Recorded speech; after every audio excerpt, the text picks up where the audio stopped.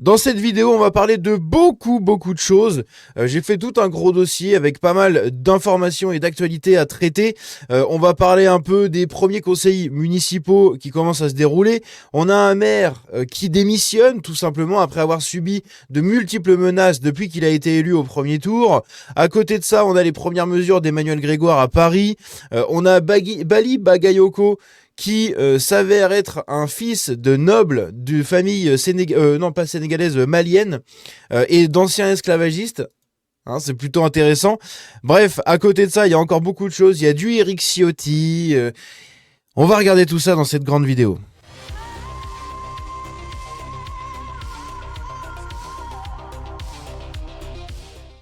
Alors, on commence tout simplement avec le maire de 19 ans, qui est donc le plus jeune maire de ces municipales.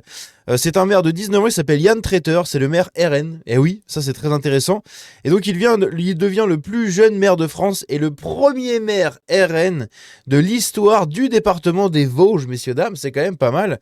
C'est stylé, cocorico à lui. Donc, c'est un étudiant qui va aménager en fait son emploi du temps entre sa commune et ses études. Mais en tout cas, c'est très intéressant.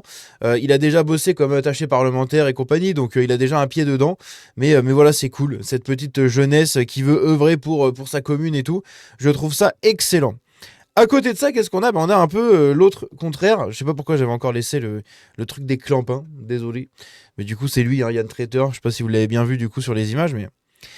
Donc à Saint-Denis, on a le maire qui est dans plusieurs polémiques. La première, c'est une espèce de polémique qu'il a autour de ses agents municipaux, puisqu'il avait dit que ceux qui ne sont pas d'accord avec lui dégageraient de sa mairie. Et de l'autre côté, il est dans la polémique du désarmement de la police, puisque, bah oui, hein, il veut retirer toutes les armes de la police. Il faut que la police se batte avec des sifflets et des pistolets à eau contre la délinquance et les criminels. Pour la première polémique autour justement de ces agents municipaux qu'il voulait dégager s'ils ne suivaient pas sa ligne, eh bien, il a été remis à l'ordre, tout simplement. Il a été rappelé à l'ordre, voilà, par le gouvernement, puisque écarter des agents pour des raisons politiques est illégal. Voilà, donc il ne peut pas dégager des gens parce qu'ils ne sont pas d'accord avec lui. Il est obligé de faire groupe, hein, de faire front commun avec des gens qui sont opposés à ses idées. Mais voilà, c'est assez intéressant. Il se fait carrément rappeler à l'ordre par le gouvernement. On assiste à un truc vraiment avec la fin des municipales, les nouveaux maires LFI et tout. C'est lunaire. Genre vraiment, c'est la Nouvelle-France. Ils ont l'impression d'être au bled ou je sais pas quoi. C'est très étrange. Mais voilà, il est rappelé à l'ordre. À côté de ça, justement, il y a toujours des tensions. Hein, j'en avais parlé récemment. Vous savez, on a eu environ 90 agents municipaux qui ont déposé des démissions déjà à l'époque, dès qu'il a été élu et qu'il avait annoncé du coup le désarmement de la police. Donc 90 démissions sur 140 agents municipaux, c'est quand même pas mal. Eh bien, en fait, c'est même un peu plus gros que ça, puisque je l'avais rajouté en commentaire épinglé sur ma vidéo qui traitait de ce sujet, puisque c'était arrivé juste après que j'ai publié ma vidéo. Mais en fait, on a eu ça comme information complémentaire. Le directeur et son adjoint chercheraient également à quitter leur poste. Eh oui, le directeur de la police municipale de Saint-Denis et son adjoint voudraient se barrer tout simplement. Et on a l'adjoint au chef de la brigade motorisée qui lui quittera son poste dès le 1er avril. Voilà, donc là il lui reste quelques jours et il se casse tout simplement. C'est quelque chose qu'on va voir dans toutes ces villes-là. Hein. Et c'est quand même assez triste d'en être rendu à ce point, mais en même temps c'est compréhensible. Qui a envie de risquer sa vie pour défendre des gens qui te pissent dessus et surtout les défendre contre des gens qui sont armés quand toi t'as qu'un sifflet et un pistolet à eau, quoi. Éric Ciotti, justement, qui disait, il faut se rappeler de ça, il avait déclaré comme quoi les gens qui partiraient de Saint-Denis, lui, il pourrait les récupérer. Voilà, si des gens veulent se faire muter à Nice, eh bien, nous, on est preneurs, on a besoin d'effectifs policiers. Et justement, ici, voilà, après notre proposition d'accueillir les policiers municipaux de Saint-Denis, désarmés par leur maire d'extrême gauche, 2 premières candidatures nous sont parvenues. J'incite tous les collègues à en faire de même, ils sont les bienvenus à Nice. Totalement. Si vous avez des gens qui sont dans le même cas dans votre entourage, n'hésitez pas à leur parler de Nice. Voilà, il fait beau et c'est en train de changer pas mal, donc c'est très intéressant. À côté de ça, on a une maire ici qui se fait traiter de mécréante, qui... C'est quand même, c'est signé, tu sais, c'est Zorro les trucs, quoi, au secours. Donc elle se fait insulter de mécréante, c'est une mère PS, et donc elle a perdu hein, face à Omar Yacoub de la LFI, et justement, elle se fait traiter de mécréante, elle se fait malmener, elle s'est fait harceler, elle s'est fait menacer également. Bref, c'est assez lunaire, et on a le même cas avec un autre maire que je vais vous montrer après, qui lui carrément démissionne de sa mairie face aux menaces du camp d'en face. C'est quand même terriblement triste, hein. Éric Ledissé, qui est donc le maire de Marignane, qui nous dit: j'embauche un policier municipal de Saint-Denis dans ma ville de Marignane. Voilà, donc les policiers municipaux de Saint-Denis ont réussi tout simplement apparemment à trouver des postes, et il y a d'autres maires RN hein, qui pourraient potentiellement les embaucher, pourquoi pas.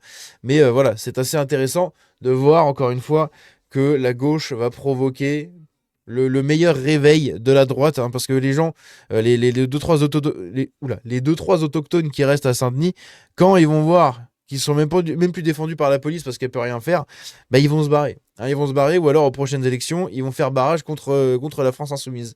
Eh oui, et ils vont voter pour plus de sécurité, comme à Nice. Emmanuel Grégoire, messieurs, dames, qui devient donc maire de Paris, hein, parce que vous le savez que les listes. En fait, ce pourquoi vous avez voté pour une tête de liste. Dans ces listes-là, il y a plein de noms, et ensuite, ce sont les gens de cette liste qui votent pour élire le maire du village, de la ville, ou peu importe. Et donc, il y a eu toutes les élections qui ont été faites. Évidemment, la plupart du temps, c'est la tête de fiche qui devient maire, hein, c'est toujours comme ça que ça se passe. Donc Emmanuel Grégoire, Éric Ciotti, etc. On a eu aussi la femme de. Mince, je sais plus. C'est pas la femme de quelqu'un, hein. C'est la mère d'un village, je sais plus quel village, enfin d'une ville en région parisienne aussi, qui fait souvent polémique, qui est souvent dans plein de faits divers. Et du coup, elle a été élue maire. Elle a été réélue du coup par sa liste. Bref, donc ici, la première décision de Emmanuel Grégoire, enfin l'une des deux premières décisions, ici, c'est de réquisitionner comme ça un gymnase pour y héberger des clandestins. Magnifique. Et l'autre, eh bien, c'est de créer le poste, enfin, de maintenir les postes des 36 agents, 36 adjoints, non, c'est des adjoints, 36 adjoints au maire qui touchent 5 900 euros bruts par mois. Donc, c'est un coût d'environ 2,5 millions d'euros pour la commune, uniquement pour payer le salaire des adjoints. Ça compte pas tous les autres employés, hein, non, que des adjoints, c'est tout. C'est un truc de malade. Suite à la victoire de Ciotti à Nice, eh bien, on a eu ça. On a eu une manifestation contre l'extrême droite, le fascisme, etc. À Nice. Donc évidemment, les pulapis étaient de sortie, hein, regardez-les. Qui sont tous comme ça. Je vais vous mettre les petits clampins au cas où. Monsieur Estrosi n'a pas eu le courage de venir, nous on l'a. On n'est pas élu, mais en fait on est élu à gérer Donc un militant d'Emmaüs, hein, très intéressant. la précarité. On travaille à Emmaüs Roya, on est la communauté Emmaüs Roya. Les personnes qui dorment à la rue à Nice se retrouvent dans la Villa Roya hébergées par notre association. Donc oui, la politique niçoise nous concerne. Voilà.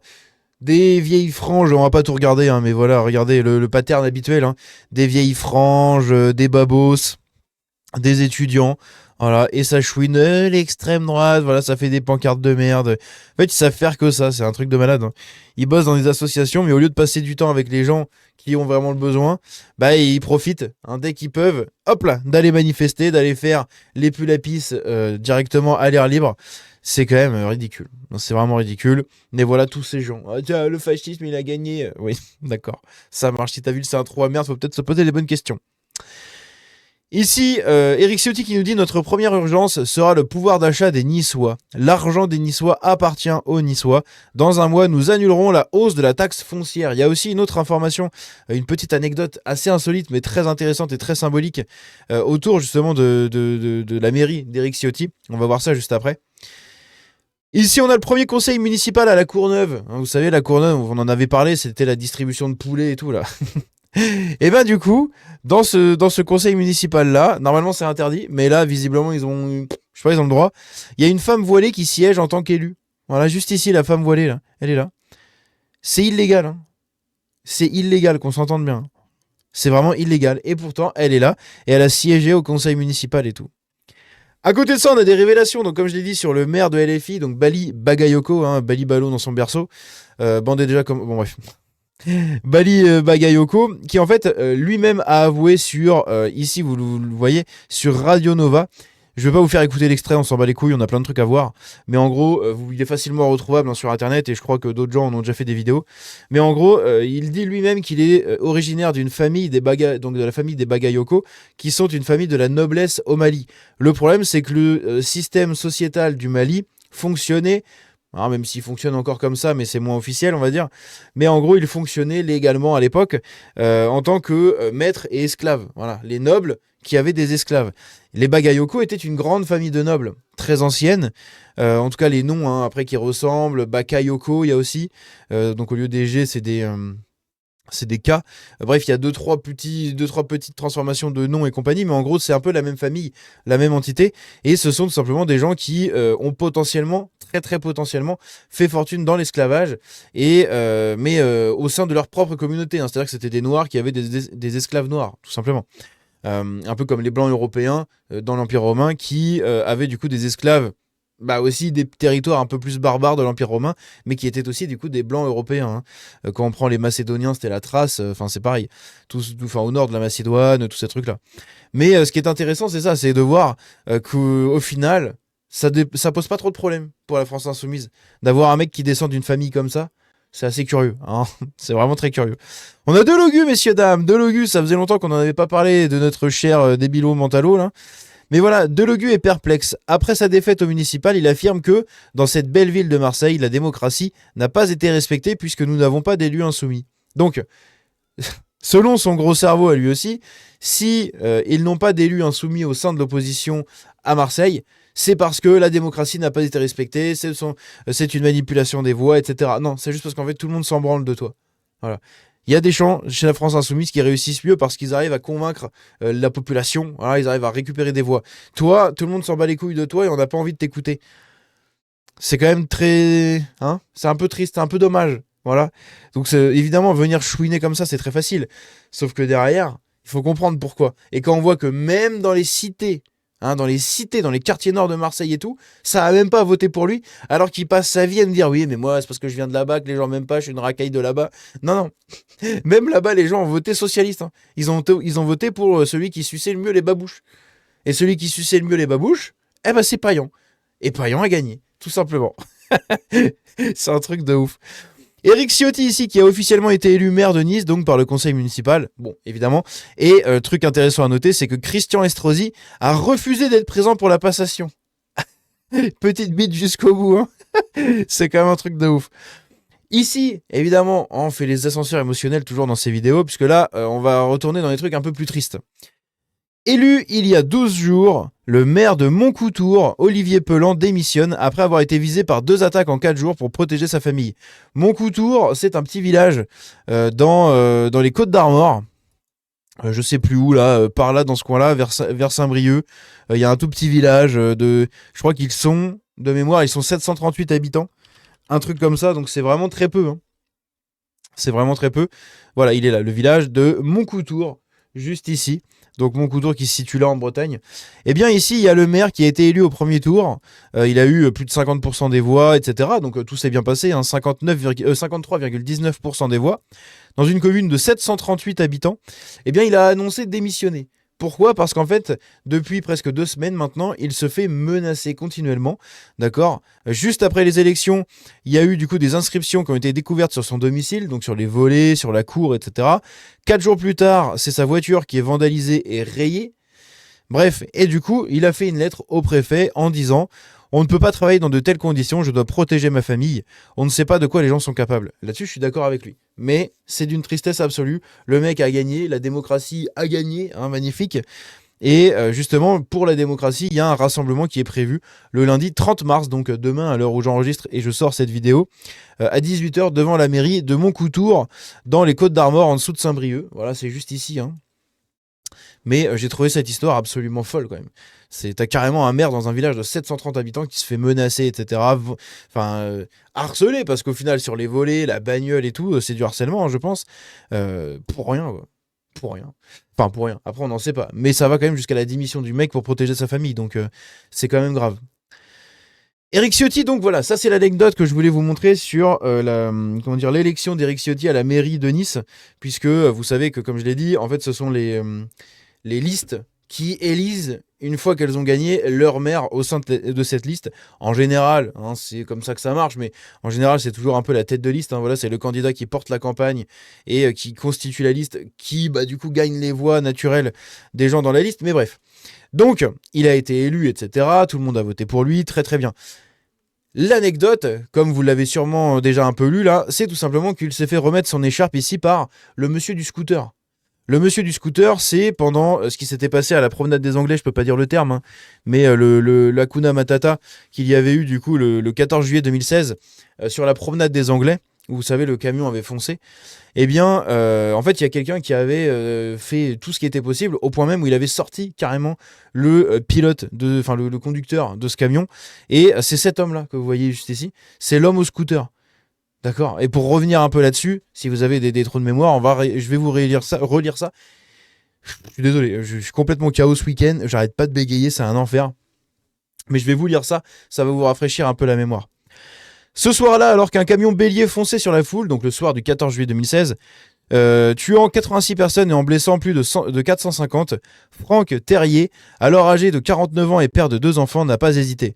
À bord de son scooter, il a poursuivi le véhicule sur plusieurs centaines de mètres, a tenté de jeter son 2 roues sous les roues du camion pour le ralentir, puis est monté sur le marchepied, a ouvert la porte de la cabine et a frappé à plusieurs reprises le terroriste Mohamed Lawayej Boulel, jusqu'à l'intervention des forces de l'ordre qui ont neutralisé l'assaillant. Je me souvenais même plus de son nom. Bon, je savais que c'était un enrichisseur, mais quand même.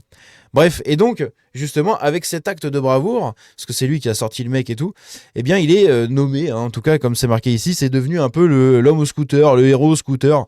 Bref, et justement, ici, dans la mairie de Nice, eh bien oui, hein, il s'est engagé, du coup, en politique, etc. Il est maintenant collaborateur dans la liste de Éric Ciotti, et c'est Éric Ciotti lui-même qui a demandé au héros au scooter de lui mettre son écharpe. Et je trouve que c'est ultra symbolique. Voilà. Éric Ciotti se fait indirectement adouber par un mec qui a lutté contre un terreau. Voilà. Qui a pris des risques pour stopper un terreau, quoi, tout simplement. Le mec est sorti, il a sorti le terroriste, il lui a mis des patates et tout. Il a essayé de faire plein de trucs, alors même qu'il était père de 2 enfants. Bref, donc c'est un héros du quotidien, comme on les appelle. Et Éric Ciotti a voulu lui rendre hommage, en fait, en lui demandant lui-même de tiens, vas-y, c'est toi qui me mettras mon écharpe. Et je trouve ça ultra symbolique. Mais vraiment.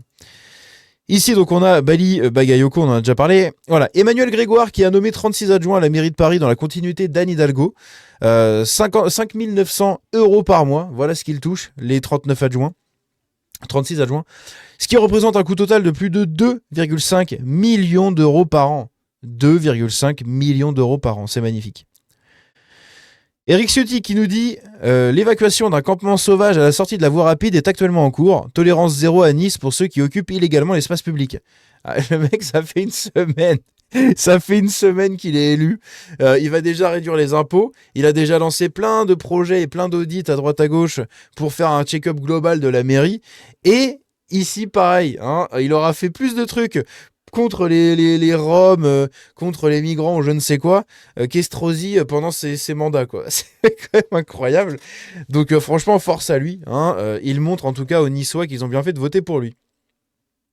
Sophia Chikirou dans le conseil municipal de Paris qui nous dit que donc dans notre groupe, nous sommes 9 élus d'opposition, de gauche, hein, l'extrême gauche, et nous serons l'équivalent de 90 élus en ressorti. Voilà, donc ça veut dire que Sophia Chikirou vient de déclarer dans le conseil municipal de Paris que ces 9 élus de la France Insoumise vont casser les couilles à littéralement tout le monde. Voilà.